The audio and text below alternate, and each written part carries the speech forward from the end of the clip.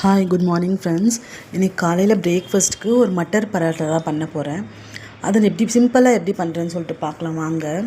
அதுக்கு இப்போ இந்த சீசனுக்கு கிடைக்கிற மாதிரி ஃப்ரெஷ்ஷான பட்டாணி எடுத்திருக்கேன். கொஞ்சமாக நான் பண்ண போகிறது 2 பரோட்டா தான். அதுக்கு தேவையான 2 பரோட்டாக்கு தேவையான அளவுக்கு சப்பாத்தி மாவு பிசைஞ்சு வச்சுருக்கேன் ஆல்ரெடி. நான் இது இந்த பட்டாணியை நான் தாளிக்க தான் போகிறேன்.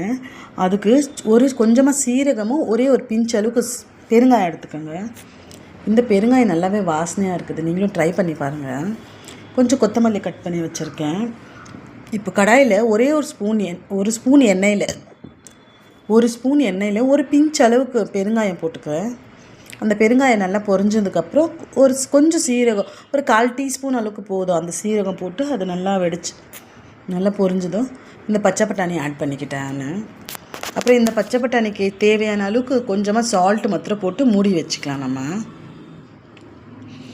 இது பச்சையாக ஊற வச்சு செய்கிற மாதிரி இல்லை இல்லைங்களா. பச்சை பட்டாணின்றதுனால கொஞ்சம் சீக்கிரமாக சாஃப்டாகிடும். அது நான் கொஞ்சமாக சால்ட்டு போட்டு அதை மூடி தான் வச்சுக்க போகிறேன்.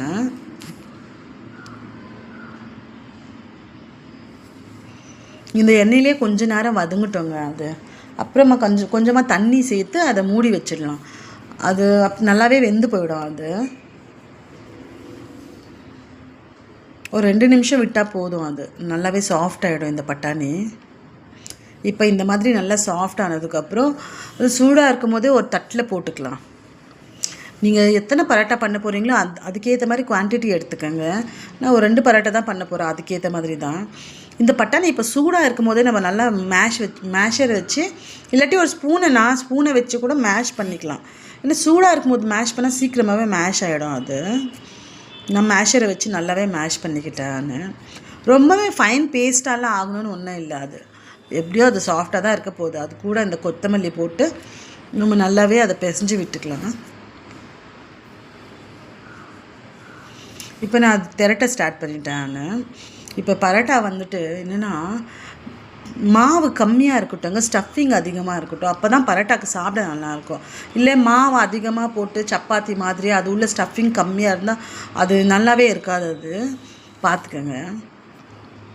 அப்புறம் தவா மேலே போட்டு இந்த பக்கம் 2 நிமிஷம் அந்த பக்கம் 2 நிமிஷம் நெய் போட்டு எடுத்துருங்க. சூப்பராக இந்த மாதிரி ரொம்பவே நல்லாயிருக்கு. பட்டாணி வாங்கி நம்ம வெறும் குருமாவும் பழமும் பண்ணுறது இந்த மாதிரியும் பண்ணி கொடுக்கலாம் பசங்களுக்கு டிஃப்ரெண்ட்டாக. காலையில் பிரேக்ஃபாஸ்ட்டுக்கு ரொம்ப சூப்பராக இருக்கும். நான் இப்போ இது கூட தக்காளி சட்னி தான் பண்ணியிருக்கேன். அவங்களுக்கு தேவையானது இது தான், தக்காளி சட்னி. நீங்கள் இந்த பரோட்டா வெறும் தயிர் கூட வச்சு பசங்களுக்கு கொடுக்கலாம். நீங்களும் ட்ரை பண்ணி பாருங்கள். டேஸ்ட்டாக இருக்கும், டிஃப்ரெண்ட்டாகவும் இருக்கும்.